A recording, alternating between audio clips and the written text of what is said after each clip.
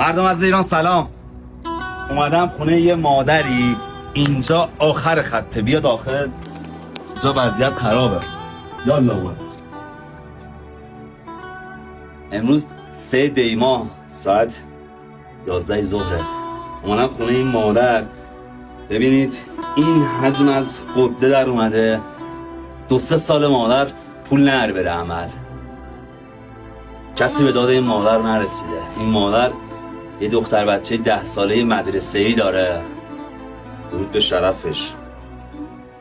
سرپرست این بچه است. هر کی هر چقدر در توانشه بانک ملی مطهره قلعه جهی به این مادر کمک کنید زودتر بره عمل. نمیتونی کمک کنی فدای سرت. این فیلمو لایک کن، اد استوری کن، بفرست به رفیقات، نفری 20 تا کامنت بذارید این مادر بره تو اکسپلور دیده